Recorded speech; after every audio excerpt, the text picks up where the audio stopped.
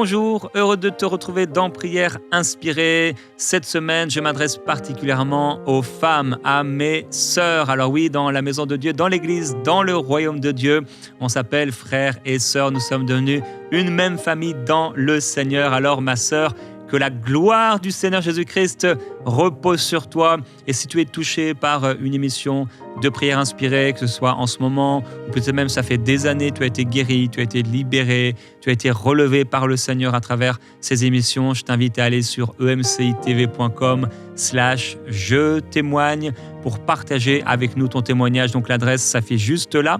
Et après l'émission, bien, prends un petit temps avec ton téléphone, tu te filmes en vidéo. Tu vois, c'est très facile. En 2 minutes, tu partages ton témoignage avec nous et j'aurai certainement l'occasion de le diffuser et d'encourager par ton témoignage beaucoup d'autres femmes, beaucoup d'autres personnes.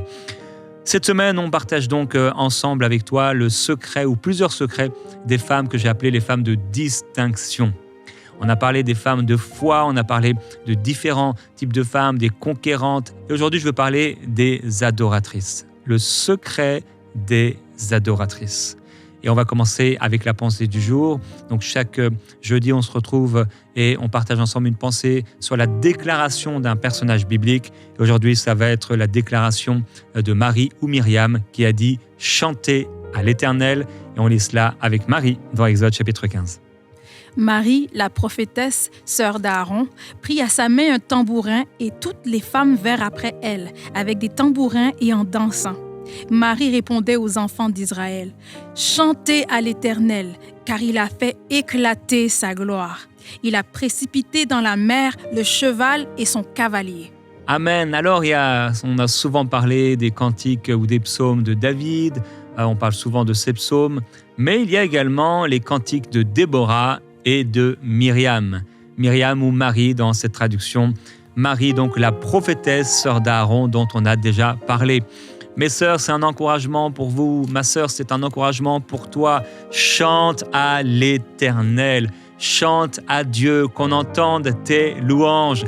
Que tes murs soient imprégnés de la louange. Il y a des maisons comme ça, tu entres et même si la maison a été aérée, elle est peut-être mise en vente, il n'y a plus de meubles, il n'y a plus rien, mais tu sens le tabac dans la maison parce que la personne qui l'habitait a fumé pendant de longues années et c'est imprégné partout. Tu peux même peindre tous les murs et il y a encore une odeur qui est là dans le plancher. C'est tellement imprégné. Je prie que ta maison soit imprégnée de la louange et de l'adoration. Qu'on te reconnaisse comme étant une femme de louange. Alors ma sœur, ouvre ta bouche et chante. Il ne s'agit pas de ta personnalité, réservée ou pas. Il s'agit de rendre gloire à Dieu par des chants. Il ne s'agit pas de savoir chanter juste ou pas. Il ne s'agit pas de type de voix que tu as, du timbre de voix que tu as, mais il s'agit de rendre gloire à Dieu, de chanter à Dieu comme le Seigneur l'a voulu. Alors comme Marie, ici dans ce passage, que tu puisses prendre tes instruments peut-être, que tu puisses prendre le plus beau de tes instruments, ça veut dire ta voix pour chanter à l'Éternel. Elle a donc dit, chantez à l'Éternel, car il a fait éclater sa gloire. Et Marie, tu es en train de réaliser le chant prophétique de l'autre Marie, Myriam, en chantant à l'Éternel. Et toi aussi, ma sœur, je t'invite à élever ta voix vers le Seigneur et à pouvoir chanter ce chant avec Marie. Vers toi, Seigneur, j'élève ma voix pour t'adorer,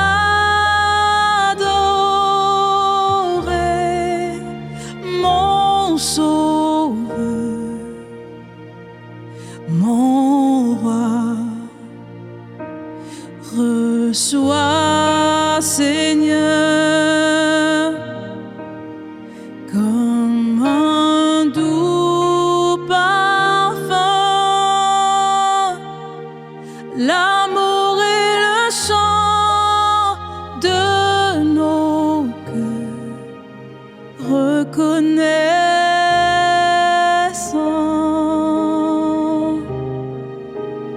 Oui, vers toi, Seigneur.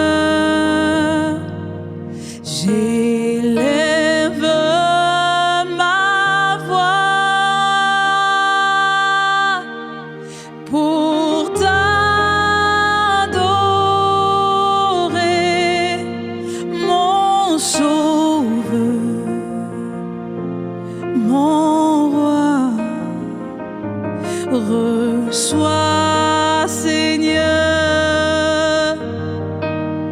comme un doux parfum, l'amour et le chant de nos cœurs, l'amour et le chant de nos cœurs, oui, l'amour et le chant de nos cœurs, reconnaissant. Encore une fois, chante avec Marie. Vers toi, Seigneur, J'élève ma voix. j'élève ma voix pour t'adorer, mon Sauveur, mon Roi. Reçois, Seigneur, Un doux parfum. comme un doux parfum, L'amour et le chant l'amour et le chant de nos cœurs reconnaissants. de nos cœurs reconnaissants. Chante-le encore, ma sœur. C'est un exercice pour toi de pouvoir chanter, louer Dieu, ouvrir ta bouche, ma voix, pour t'adorer, mon Sauveur, mon Roi. Pour t'adorer, mon Sauveur, mon Roi. Dis-lui, reçois, Seigneur, comme un doux parfum. Reçois, Seigneur, comme un doux parfum, L'amour et le chant l'amour et le chant de nos cœurs reconnaissants. de nos cœurs reconnaissants. Père, je prie pour une sœur aujourd'hui, une femme qui est vraiment fatiguée, qui est vraiment chargée.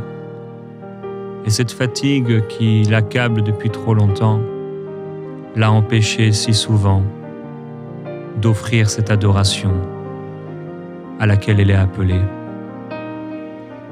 Et Seigneur, je te remercie et je te loue parce que tu ne la condamnes pas. Au contraire, tu l'élèves.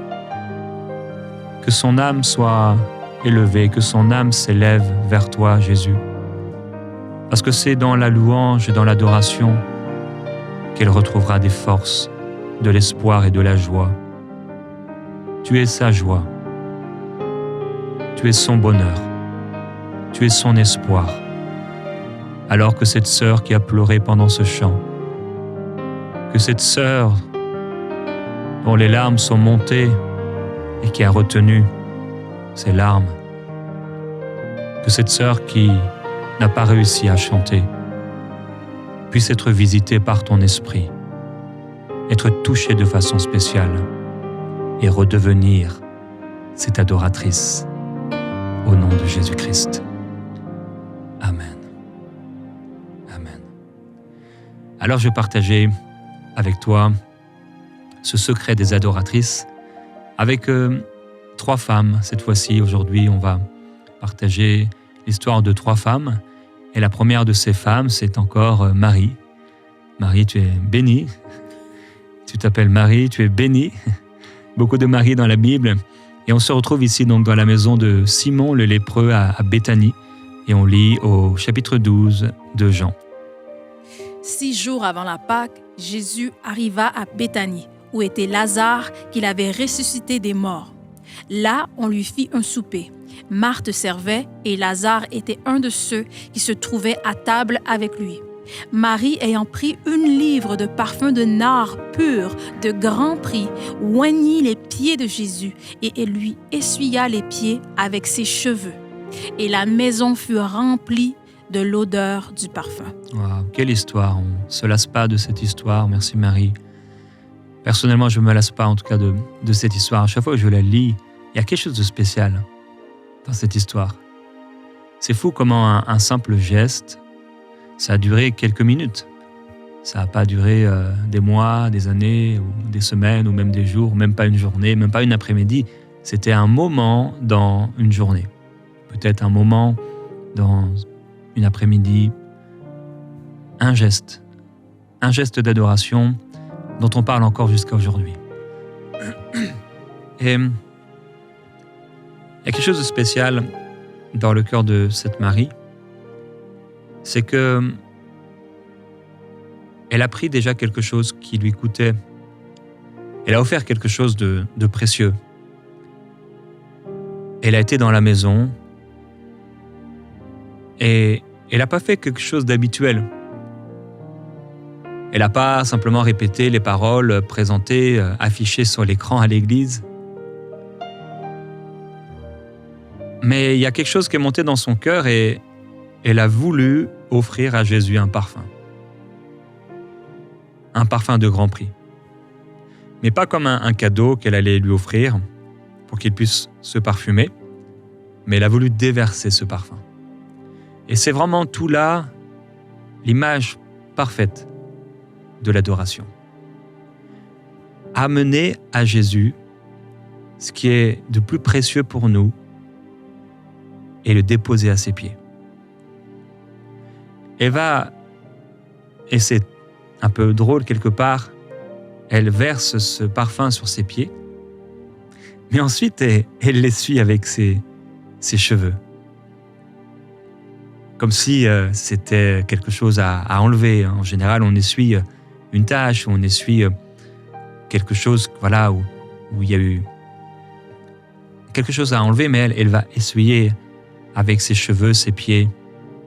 C'est tellement spécial, c'est tellement particulier.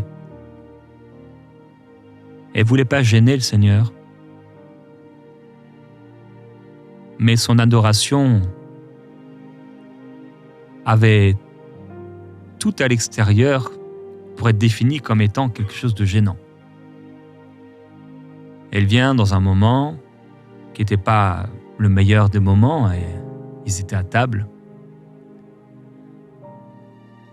Et elle vient là faire quelque chose qui n'était pas prévu, qui n'était pas attendu. Mais elle a tellement eu envie, peut-être pendant le repas, peut-être au début du repas, ou peut-être la veille au soir ou le matin. Elle s'est dit, on va accueillir Jésus. Elle a pensé à un parfum qu'elle avait. À l'époque, le parfum était souvent utilisé comme une monnaie d'échange. Donc ça coûtait beaucoup d'argent. Et donc on pouvait échanger du parfum contre des choses, des biens, etc. Elle a pensé quelque part à sa tirelire. Elle a pensé à ce qu'elle avait de plus précieux et à ce parfum. Elle s'est dit, mais si j'offrais ce parfum à Jésus, peut-être que... Elle s'est dit, non, je ne vais pas l'offrir à Jésus quelque part. Il en a pas besoin, mais je vais le répandre à Jésus.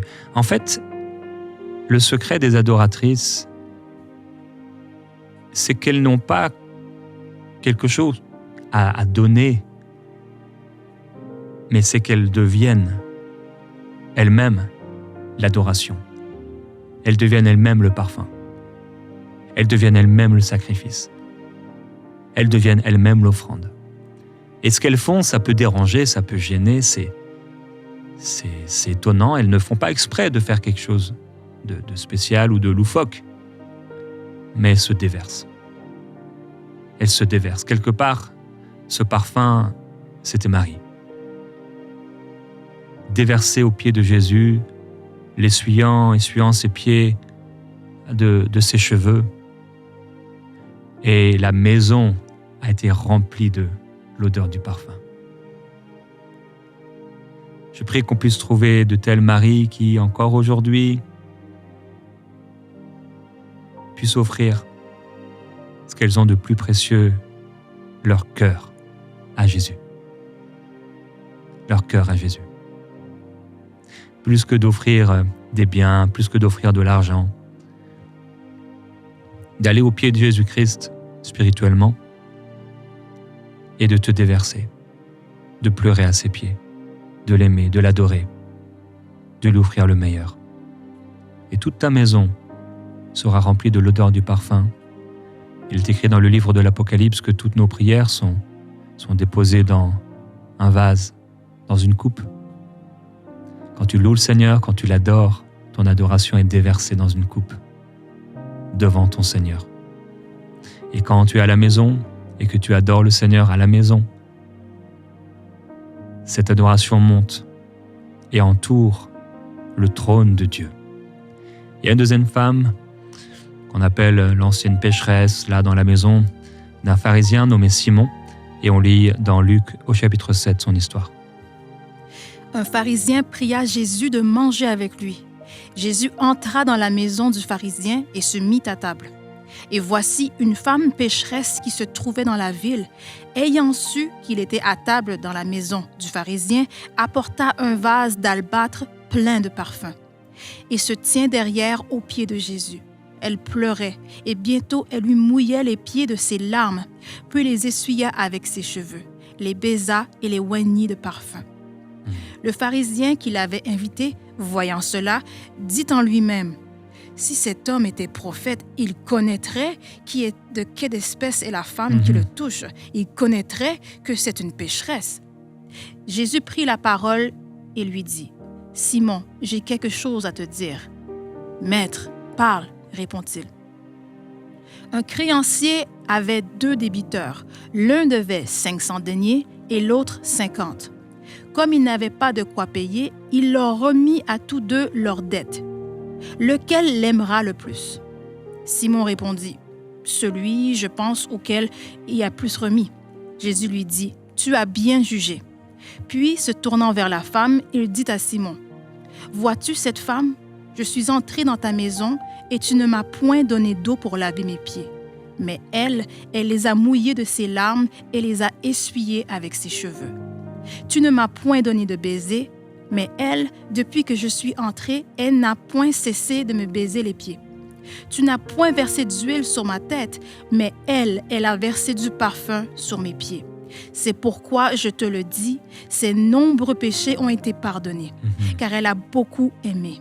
Mais celui à qui on pardonne peu, aime peu. Et il dit à la femme: tes péchés sont pardonnés. Ceux qui étaient à table avec lui se mirent à dire en eux-mêmes: mais qui est celui-ci qui pardonne même les péchés? Mais Jésus dit à la femme: ta foi t'a sauvée, va en paix. Wow, merci Seigneur. C'est extraordinaire la manière dont Jésus a élevé les femmes. À son époque, c'était presque un crime. La manière dont Jésus a élevé les femmes entouraient son ministère, elles étaient là, elles le servaient. Il a pu plusieurs fois élever les femmes au milieu même des pharisiens et de la religion. Il élevait les femmes et ce que les femmes faisaient, eh bien, Jésus ne cachait pas ces choses, mais il pouvait le dire, comme à ce moment où Judas va dire: mais on aurait pu vendre ce parfum et le donner aux pauvres. Et Jésus va dire: non, elle a fait une bonne action à mon égard. Et partout, la bonne nouvelle de l'Évangile sera annoncée. On racontera ce que cette femme a fait. Les pharisiens, ils étaient que entre hommes. Jamais il y avait de femmes parmi eux. Ils étaient là dans le temple et tout était réservé pour les hommes. Tout était pour les hommes, ces hommes barbus. Mais Jésus a relevé la tête des femmes. Il y a plusieurs historiens ou plusieurs théologiens qui vont creuser et expliquer comment, à l'époque de Jésus, c'était une révolution totale. Une révolution, la place de la femme dans la loi, dans la religion. Pour eux, c'est une religion. Comment, à la Pentecôte même, les femmes étaient là, bien présentes. Le Seigneur veut élever le visage d'une femme aujourd'hui. Il veut élever ton visage. Alors, le tel amour qu'il a eu, le si grand amour qu'il a eu, on n'est pas étonné qu'en effet, les femmes venaient à lui pour lui offrir l'adoration. Femme, tu es appelée à être une adoratrice. Une grâce t'a été faite. Une grâce t'a été faite. Tu portes l'Esprit de Dieu. Si le Seigneur t'a sauvé, si le Seigneur t'a donné la vie, si le Seigneur a pardonné tes péchés, ma sœur, tu as toutes les raisons de l'adorer. Tu as toutes les raisons de le célébrer. Je comprends tes combats, mais je veux t'encourager. Un des secrets de ces femmes, de ces adoratrices, ou plutôt une des caractéristiques peut-être de leurs adorations, c'est que ça se passait souvent dans les maisons. Dans les maisons. Dans ta maison, fais de ta maison une maison de louange. Fais de ta maison une maison d'adoration que, là peut-être où tu es seul à la maison, le Seigneur Jésus est là. Invite-le. Adore-le. Prosterne-toi. Mets-toi à genoux, ma sœur. Mets-toi à genoux devant Jésus. Et adore-le. Célèbre-le. Offre ton cœur. Donne ton meilleur. Donne-lui tout et, je te l'assure, alors que tu l'adores, alors que tu pleures à ses pieds, il te dira comme il a dit à cette femme, « Va, ta foi t'a sauvé. » Dans l'adoration, tu recevras cette délivrance. Dans l'adoration, tu recevras l'exaucement pour lequel tu t'es approché de ton Seigneur. Car à celui qui a été beaucoup pardonné, il aime beaucoup. Et à celui qui aime beaucoup, Dieu continue de donner beaucoup et de faire du bien. Et à celle qui adore Jésus, alors elle se retrouve dans la présence de ce Seigneur Jésus qui l'élèvera, qui lui fera du bien. On a pu encore parler d'Esther, on en a parlé un peu. Esther s'est offerte pour la cause du royaume de Dieu, pour le peuple de Dieu. Elle a adoré le Seigneur par sa vie, par son choix. Elle est devenue un parfum de sacrifice, une adoration par son sacrifice, prête à mourir pour la cause du peuple de Dieu. Je prie aujourd'hui au nom de Jésus-Christ qu'une sœur soit relevée dans son identité et que comme Marie, tu puisses tout à nouveau, dans ta maison, te prosterner devant le Seigneur. Père, je prie pour cette sœur maintenant. Et le Seigneur met sur mon cœur, il y a une femme, tu nous écoutes, et ton cœur n'appartient pas encore à Jésus. Peut-être les blessures, peut-être ton passé a fermé ton cœur. Tu as fermé ton cœur par protection. Tu n'as jamais vraiment accepté Jésus-Christ dans ton cœur à devenir le maître de ta vie. Et Jésus est en train de te parler. Il veut mettre sa main sur toi et te sauver, libérer ton cœur de cette douleur, de ces souffrances. Je veux t'encourager là où tu es, à te mettre à genoux comme moi. Si tu n'as pas encore Jésus-Christ dans ton cœur, et à parler maintenant à Jésus et à lui dire, pendant que celles qui appartiennent déjà à Jésus continuent de prier et de s'offrir à Dieu, toi qui n'as pas encore Jésus dans ton cœur, dis-lui, « Seigneur Jésus-Christ, je viens devant toi. Prosterné à tes pieds, je te donne ma vie et je te donne mon cœur. Je te donne mes blessures, je te donne mes souffrances, je te donne tout ce que je suis. Je te demande pardon d'avoir fermé mon cœur. Pardon de ne pas m'être offerte à toi alors que tu m'as créé, alors que tu m'as aimé. Je reconnais que tu m'as aimé. Je reconnais que tu es mort pour moi, à ma place, sur cette croix. Aujourd'hui, je refuse que les hommes, que mon expérience m'empêchent d'être sauvé.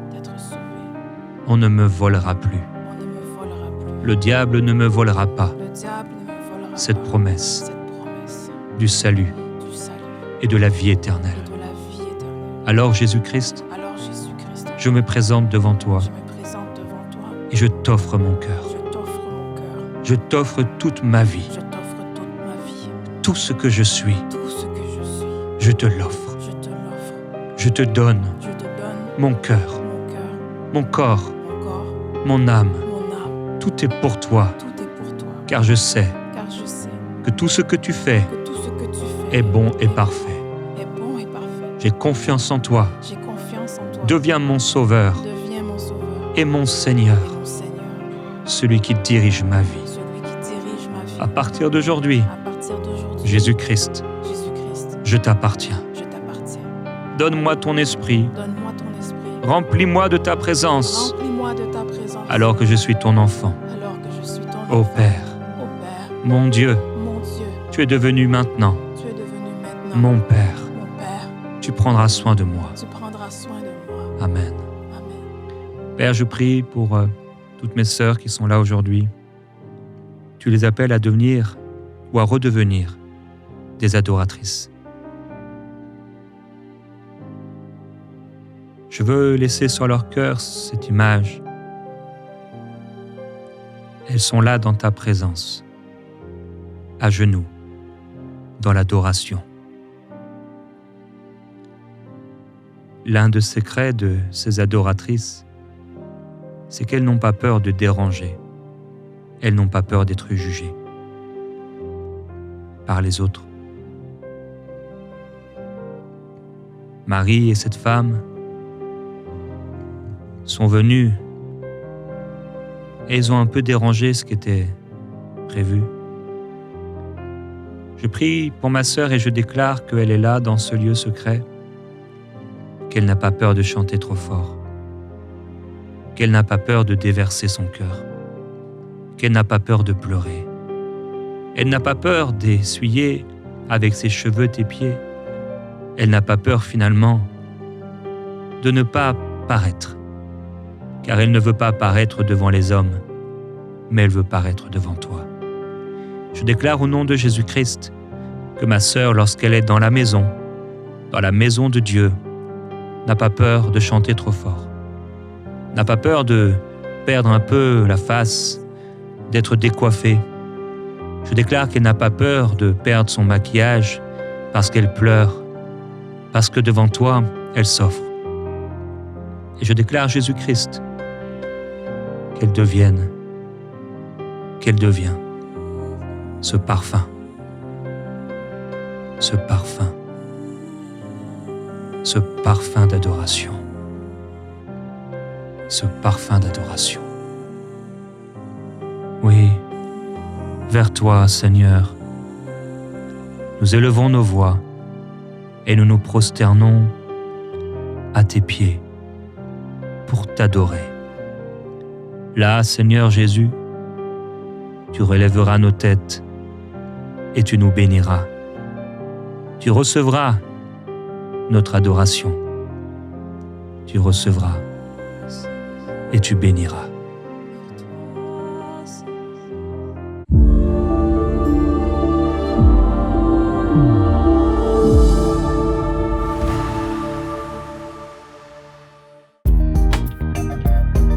Merci à tous nos précieux partenaires grâce auxquels cette émission a pu être réalisée.